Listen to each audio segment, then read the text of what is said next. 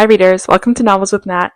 I cannot believe we're already at the end of June. It feels like I just sat down to film this video at the end of May. But it's time to talk about our TBR for next month, for the month of July. So I just want to have like a really chill, chatty type of video, just talking about the books that I'm planning on reading for the month. I don't always stick to TBRs too strictly, so I just picked about like I think 10ish, 8 or 10 books that I want to try to prioritize, and then we'll see if I actually stick to them. But let's just talk about books for a bit and talk about our reading plans for the next month.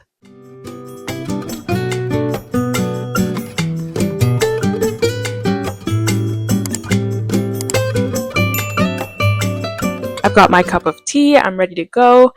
I'm also like really loving, I got some of these like little mug warming ceramic electric plates that like keep your drinks hot. It has been a game changer. I'm loving it. I am the type of person where like if you're having a hot drink and it's even mildly like lower than scalding hot, I don't want it. So I'm really enjoying this lately. It's great. So I'm ready to go. Let's talk about books. Last month I did a similar style of video, just a loose TBR. I'll link that one down below as well if you're interested. So I thought it would be good to look back now and see how many of the books that I had planned to read I actually got around to. Um, I believe the month before that, I only read one from my TBR. So I'm very happy that I've improved a little bit. So here is, I'll put a picture here of my TBR that I had set for June.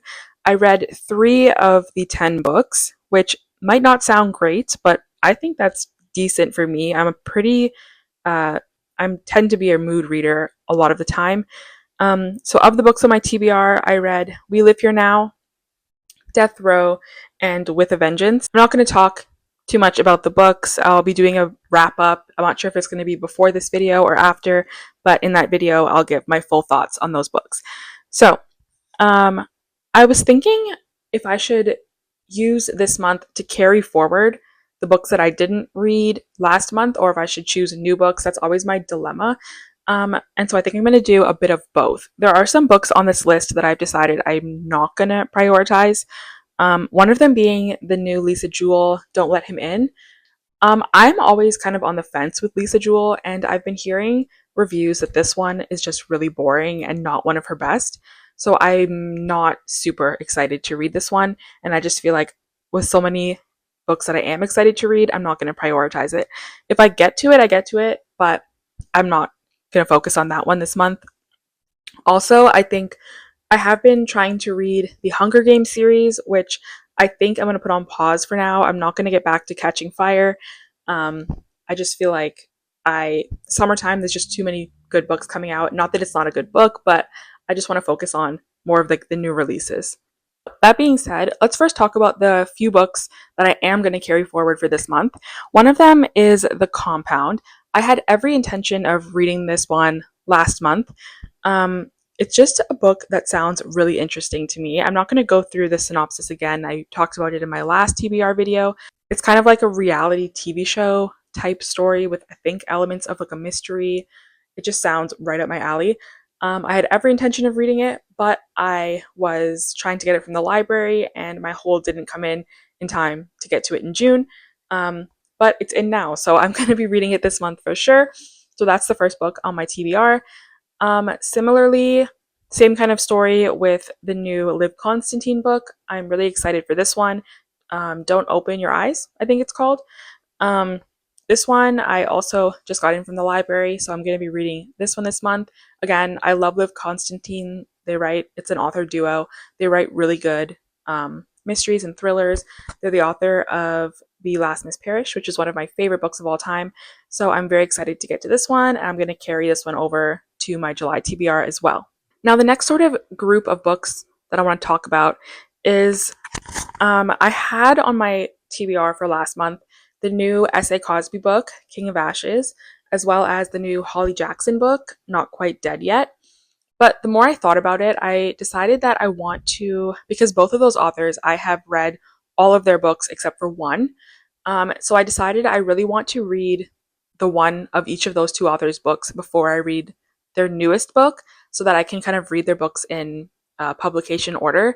I don't know why, I just prefer to do it that way. So as a result, one of the books on my TBR for this month is going to be All the Sinners Bleed by S.A. Cosby. I have read all of his other books aside from this one, so I really want to get to this one first, and then I'll definitely be reading King of Ashes later this summer. I just love S.A. Cosby's writing. All of his books are phenomenal, but Razorblade Tears is definitely my favorite. This one also just, I mean, I don't know too much about it, but just from the cover, I'm thinking that this one is going to be a really good summer sort of thriller crime story, just by, I don't know, the colors on the cover is giving me that kind of vibe. So I'm excited to get to this one. This one is on my TBR. And then similarly, the only book that I have left to finish Holly Jackson's backlist is The Reappearance of Rachel Price. I didn't get around to this one last year when it came out.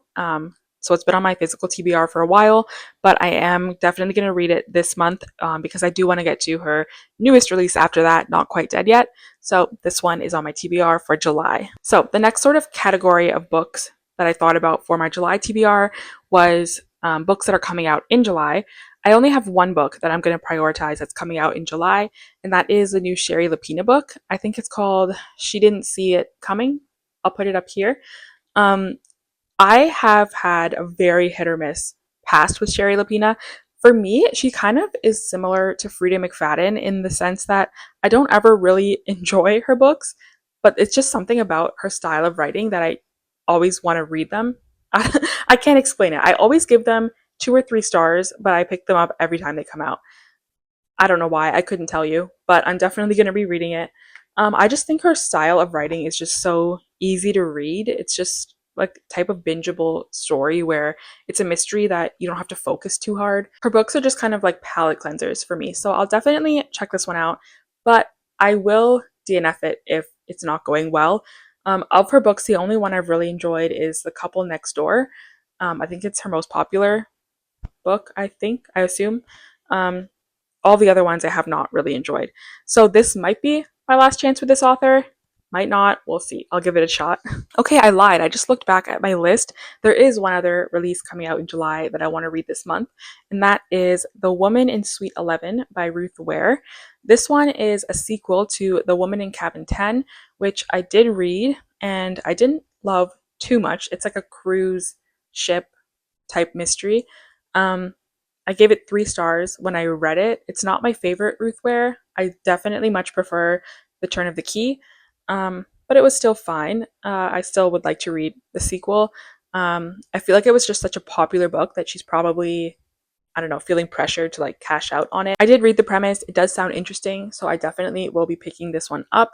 Ruth Ware, again, is a bit of a hit or miss author for me. Some of her books I like love. Like Turn of the Key is one of my favorite books of all time. But a lot of her other books are kind of were misses for me. Like her last release, The Perfect Couple, I think it was called. I didn't really enjoy it. It was like, to me, more of like a survival story. It wasn't really like truly a thriller. So that one wasn't my favorite. I'm trying to think if I've read any other books from her. I don't think so. I think those are the only 3 I've read. So I had 2 3 stars and a 5 star. So we'll see what this one ends up being. I also feel like this one is a perfect book for the summertime, like a cruise ship story. I'm assuming this one is also taking place on a cruise ship. I don't remember. The Woman in Suite 11, I'll assume Suite 11 is on a cruise ship, but it should be good for the summer. I'm excited to get around to it. Okay, the next book on my TBR is one that I was approved for an advanced copy through NetGalley. I have like an advanced audiobook. So I definitely want to get to this one so I can review it, and that is The Unraveling of Julia. This is a thriller by Lisa Scottolini. I have read another book from this author. I've read, what was it called? What Happened to the Bennets, I think. And I did enjoy it. It was really twisty. It was really fast paced. It was a good time. So I am excited to get to this one. I'm excited to have an advanced copy and to give my honest opinion on it. So that's why that one is on my TBR. I think this one comes out July 15th. So I'm going to try to get to it before that. But yeah, that's the next one. So the next group of books that I put on my TBR are ones that I have taken out from the library. Now, do I have a massive physical TBR that I should be reading? Yes.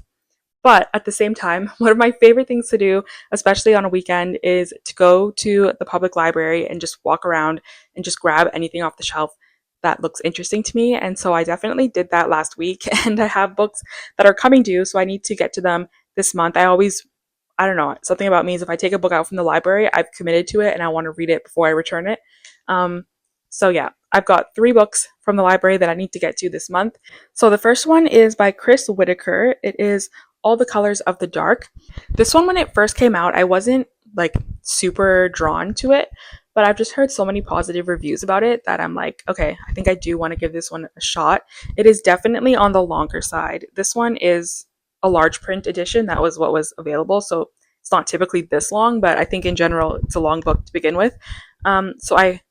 I'm not positive I will get to it, but I would like to. This one, from my understanding, is like a literary mystery type of book, like a slow burn literary fiction with an element of mystery. That's my understanding of it. I don't know too much beyond that, but I definitely want to give it a shot and see what the hype is about. It takes place in 1975.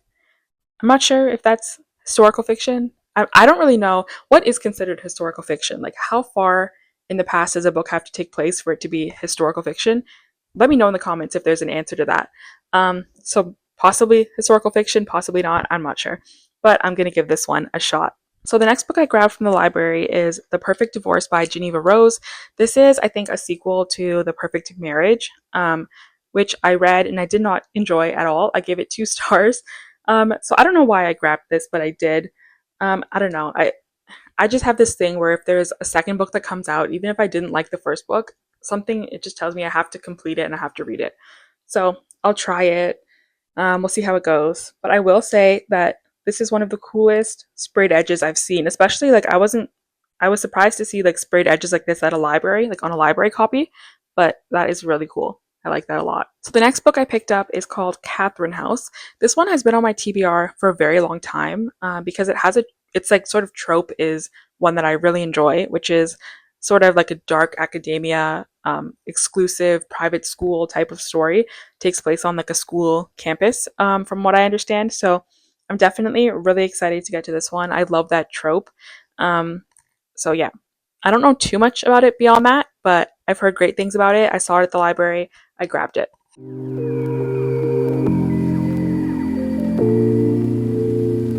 Okay, so those are the 10 books that I'm trying to prioritize this month.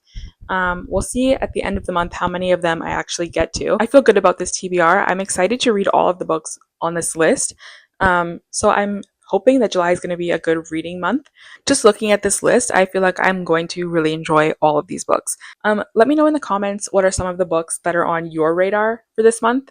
I would love to know. There might be some that I've missed or some new releases that are coming out that I didn't hear about or that sort of slipped through the cracks for me. So definitely let me know what you're planning to read this month. I would really appreciate it if you would subscribe to this channel. We're slowly growing on this channel and I'm very excited about it. I'm so happy to have anyone who has subscribed or is watching this video. I'm really appreciative and I'm just really enjoying talking about books on here and talking to anyone in the comments. It's been really fun. So I really do appreciate it. Thank you so much for watching and I'll see you in another video very soon. Bye.